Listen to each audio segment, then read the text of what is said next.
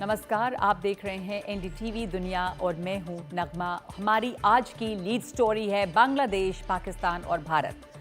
बांग्लादेश से जो 1971 से पहले की हालत रही है, वहां पर ही लौटने की तरफ इशारा मिल रहा है। आईएसआई उसे भारत के खिलाफ हरकतों के लिए अपना ठिकाना बनाना चाह रही है। इसके साथ साथ देखेंगे कि सर्बिया में कल से ही पैदल चलते हुए कहां जा रहे हैं हजारों लोग, और बांग्लादेश के ढाका में नदी किनारे क्यों जुट रहे हैं हजारों मुसलमान। साथ साथ फ्रांस के किस शहर में भरा भारी बारिश के बाद पानी इतना कि चलने लगी हैं वहां पे नाव, और जर्मनी के चिड़ियाघर में मस्ती करते नजर आए पांडा। सबसे पहले आज की लीड स्टोरी। तो एक बड़ा सवाल उठ रहा है कि क्या बांग्लादेश 1971 से पहले की स्थिति में लौट रहा है, जहां पर कट्टरपंथी ताकतें हावी हैं। आरोप है कि मोहम्मद यूनुस की केयरटेकर सरकार कट्टरपंथियों पर काबू नहीं कर पा रही। हाल ही में बांग्लादेश में आईएसआई की काफ़ी सक्रियता देखी गई है, और इसे देखते हुए जानकार कह रहे हैं कि आखिर कौन सी गोटियां बिछाना चाहता है यहाँ पर पाकिस्तान। वैसे एक चर्चा बांग्लादेश में पाकिस्तान के प्लान 6 की भी हो रही है। देखिए क्या है ये प्लान 6। भारत के विदेश सचिव विक्रम मिस्री ढाका गए तो अंतरिम राष्ट्रपति मोहम्मद यूनुस से लेकर दूसरे अहम लोगों से मिले। आपसी सहयोग बढ़ाने की बातें हुई, लेकिन बांग्लादेश का ध्यान पाकिस्तान के साथ सहयोग बढ़ाने पर ज्यादा नजर आ रहा है। दरअसल पाकिस्तान पूरी तरह से बांग्लादेश को अपने साथ लेने की फिराक में है। वो बांग्लादेश की जमीन को भारत के खिलाफ इस्तेमाल करना चाहता है।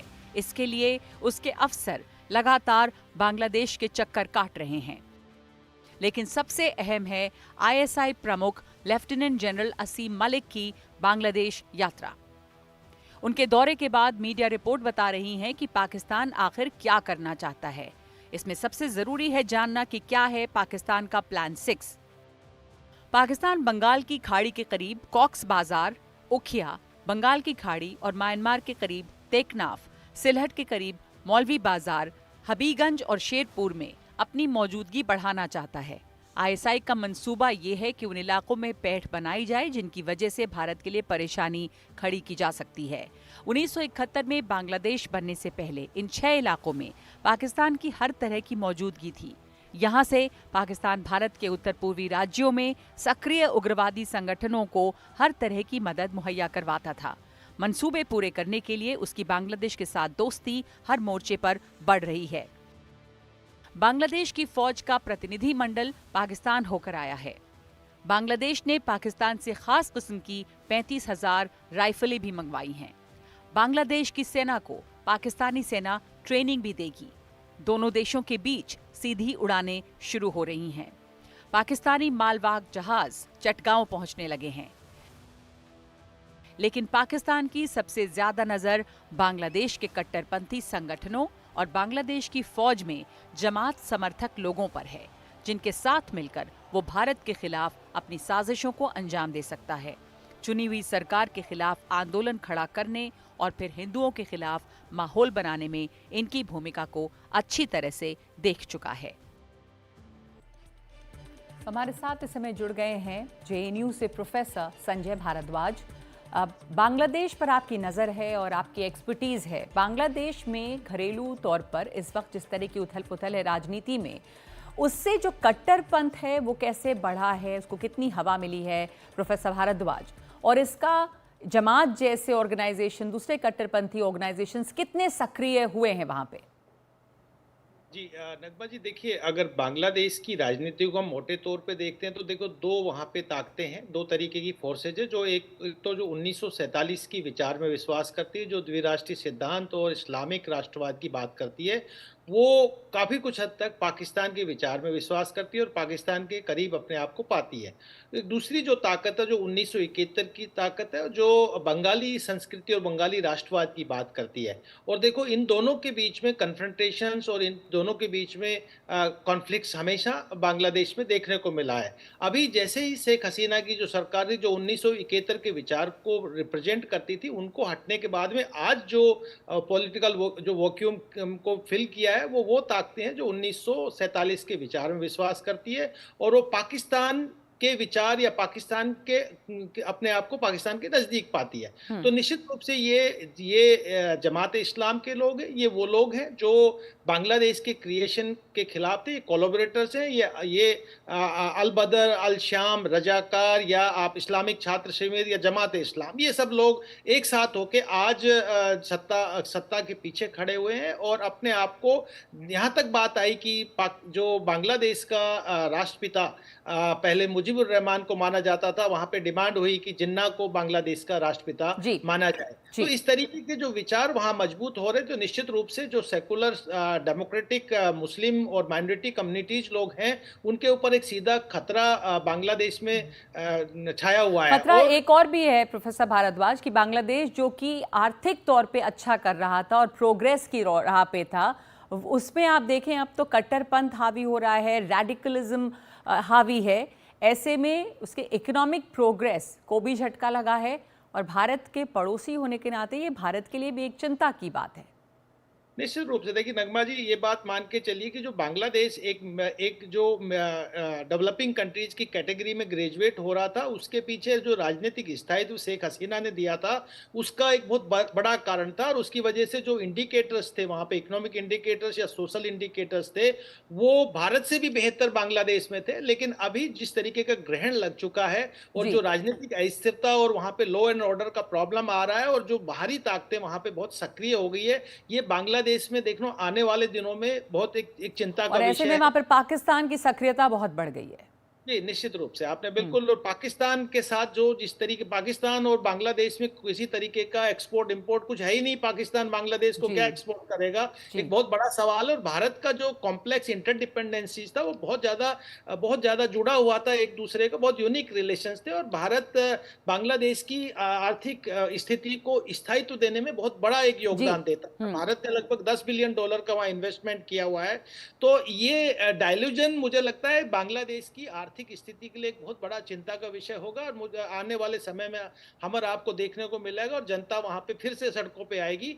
और इसको मुझे लगता है अंतर्राष्ट्रीय कम्युनिटी और को जनता बिल्कुल। जी, और जब जनता सड़कों पे आएगी तो ये एक चिंता की बात है उस देश के लिए भी, आस पड़ोस के लिए भी, क्योंकि आर्थिक अस्थिरता जो है वो और राजनीतिक अस्थिरता खड़ी करती है। धन्यवाद आपका प्रोफेसर भारद्वाज। भारत और माफ कीजिएगा, बांग्लादेश और पाकिस्तान के बीच में इंपोर्ट एक्सपोर्ट के लिए कुछ नहीं है, लेकिन सक्रियता इतनी बड़ी है तो सोचने वाली बात है कि किस लिए यहाँ पर इतनी सक्रियता है। धन्यवाद आपका। और अब बात अमेरिका की। वहां पे जारी है ट्रंप का टैरिफ वॉर। अमेरिका के राष्ट्रपति डोनाल्ड ट्रंप राष्ट्रपति पद संभालने के बाद से लगातार ऐसे फैसले ले रहे हैं जिससे ये साबित हो रहा है कि वो डॉलर के लिए कुछ भी करेंगे। उन्होंने कनाडा और मेक्सिको को शनिवार से ही टैरिफ की चोट दे दी है और साथ साथ ब्रिक्स देशों को धमकी दी है कि वो अपनी करेंसी यानी ब्रिक्स करेंसी चलाने की कोशिश भी ना करें। अगर किया तो 100% टैरिफ झेलना पड़ेगा। Canada and Mexico, 25%. That's coming on Saturday. That's coming on the 1st, Saturday. Trump ने कह दिया है कि कनाडा और मेक्सिको पर शनिवार से ही टैरिफ लगेगा, लेकिन तेल पर टैक्स लगे या नहीं इस पर फैसला अभी होना बाकी है। ट्रंप टैरिफ को हथियार की तरह इस्तेमाल कर रहे हैं। वो ब्रिक्स देशों को भी धमकी दे रहे हैं कि उन्होंने डॉलर छोड़कर अगर ब्रिक्स करेंसी का कारोबार में इस्तेमाल किया तो हम ऐसे ही देखते नहीं रहेंगे। वो ऐसी हालत में 100% टैरिफ लगाने की धमकी दे रहे हैं। ये धमकी भारत के लिए भी परेशानी का सबब हो सकती है, लेकिन हकीकत यह है कि करेंसी को लेकर ब्रिक्स ने अभी तक कोई आधिकारिक बात नहीं की है। ब्रिक्स करेंसी को लेकर सदस्य देशों के बीच कोई सहमति भी फिलहाल नहीं बनी है। पिछले साल अक्टूबर में रूस में ब्रिक्स समिट से पहले इस तरह की चर्चा हुई थी, लेकिन तब भी रूसी राष्ट्रपति पुतिन ने साफ कह दिया था कि ऐसा कुछ नहीं हो रहा है। हालांकि समिट में ब्रिक्स के अपने पेमेंट सिस्टम को लेकर बात जरूर हुई थी। भारत के लिए अमेरिका बहुत बड़ा बाजार है। 2023-24 में भारत ने अमेरिका को 77.5 अरब डॉलर का निर्यात किया। इतने बड़े कारोबार को भारत खतरे में नहीं डाल सकता और न ही ब्रिक्स से अपने रिश्तों को। अगले महीने प्रधानमंत्री मोदी अमेरिका जा रहे हैं और इस बात की पूरी उम्मीद है कि वो ट्रंप के साथ बातचीत में इस संकट का जरूर कोई समाधान निकालने की कोशिश करेंगे।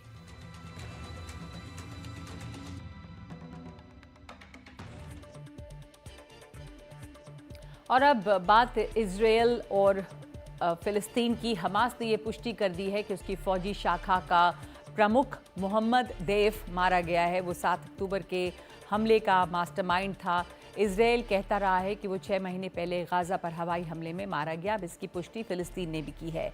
इस बीच सीज फायर भी जारी है, लोगों की रिहाई भी हो रही है, लेकिन फिलिस्तीन में मौतों का सिलसिला भी जारी है।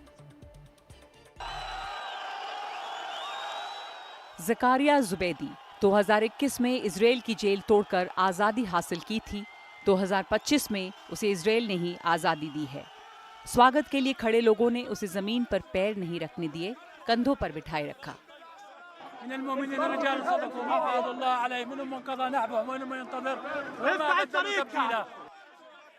ज़ुबैदी पहले अल-अक्सा मार्टियर्स ब्रिगेड का नेता था। उसका संगठन फतेह से जुड़ा था।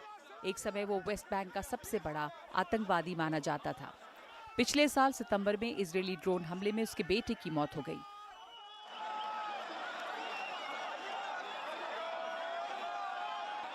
ज़ुबैदी के साथ ही इजरायल की कैद से रिहा कई फिलिस्तीनी गुरुवार को रमाला पहुंचे। सबका स्वागत इसी जोश के साथ किया गया। यही नज़ारा गजा के खान यूनुस में भी दिखा।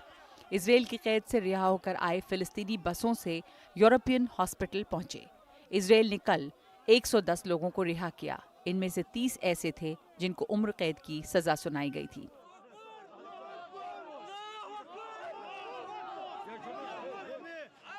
लेकिन सीज फायर और बंधकों की रिहाई के बीच फिलिस्तीन में मारे जाने वाले लोगों की संख्या भी बढ़ रही है। गाजा में स्वास्थ्य विभाग का कहना है कि पिछले 24 घंटों के दौरान 43 फिलिस्तीनी मारे गए हैं और 9 लोग जख्मी हुए हैं। यानी अब मरने वालों की कुल संख्या 47,460 हो चुकी है और 1,11,580 लोग जख्मी हैं। बंधकों की रिहाई के 3 दौर पूरे हो चुके हैं। आगे भी ये दौर चलते रहेंगे, लेकिन इजरायल की लगातार कार्रवाई के बीच कई बार ये आशंका पैदा होने लगती है कि कहीं सीज फायर बीच में ही तो खत्म नहीं हो जाएगा।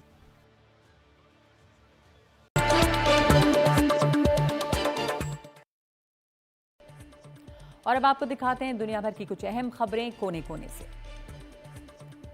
बांग्लादेश के ढाका में तुराग नदी के किनारे शुक्रवार को विश्व इज्तिमा में हजारों लोग मुस्लिम विद्वानों को सुनने के लिए पहुंचे। 72 देशों के 2150 मुसलमान विद्वान इसमें हिस्सा ले रहे हैं। 3 दिन का सालाना आयोजन रविवार को खत्म होगा। उस दिन लाखों लोगों के पहुंचने के आसार हैं।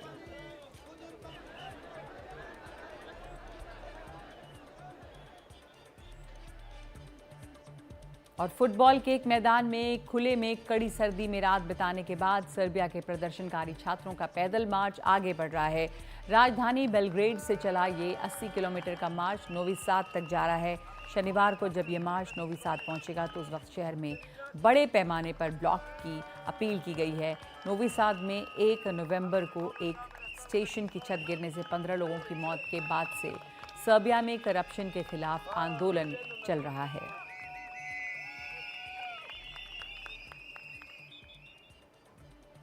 और अमेरिका में से दी जाने वाली विदेशी मदद पर राष्ट्रपति डोनाल्ड ट्रंप के अचानक रोक लगा दिए जाने से पूर्वी यूरोप के कई देश परेशान हैं। इन देशों में स्वतंत्र मीडिया और नागरिक अधिकारों से जुड़े कई संगठनों को भी ये मदद मिलती रही है, लेकिन अब इन संगठनों के सामने संकट खड़ा हो गया है। मोल्डोवा, सर्बिया, अल्बानिया, कोसोवो के साथ साथ बोस्निया और हर्जेगोविना में अमेरिकी मदद के कई प्रोजेक्ट चलते हैं। अमेरिकी सरकार ने 2024 में 14 अरब डॉलर की मदद जारी की थी।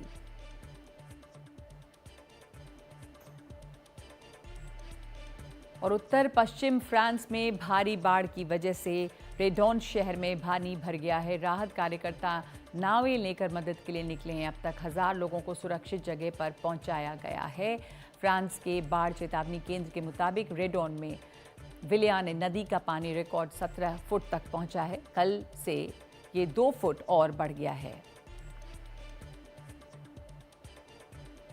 और जर्मनी में बिगड़ती अर्थव्यवस्था के बीच बेरोजगारी की दर बढ़ गई है। बेरोजगारों की संख्या 11,000 बढ़कर 28,80,000 हो गई है, जबकि माना जा रहा था कि इस दौरान इस संख्या में कम से कम 14,000 की बढ़ोतरी होगी। जर्मनी के श्रम मंत्री ने शुक्रवार को कहा कि कमजोर होती अर्थव्यवस्था का असर अब जर्मनी के रोजगार पर दिखने लगा है। 10 साल में पहली बार इस साल के आखिर तक ऐसे लोगों की संख्या 30 लाख तक पहुंच सकती है जिनके पास कोई कामकाज नहीं। और अब आपको दिखाते हैं आज की खूबसूरत तस्वीरें। जाते जाते ये खूबसूरत तस्वीरें ये लेनी और लॉटी हैं। ये 2 बेबी पैंडा अपनी माँ मेंगे के साथ बर्लिन चिड़ियाघर में हैं और लोग इनको अब रोज देख सकेंगे। शुक्रवार को लोगों ने इन दोनों को मस्ती करते हुए देखा। दोनों बेबी पैंडा का पिछले साल 22 अगस्त को जन्म हुआ है।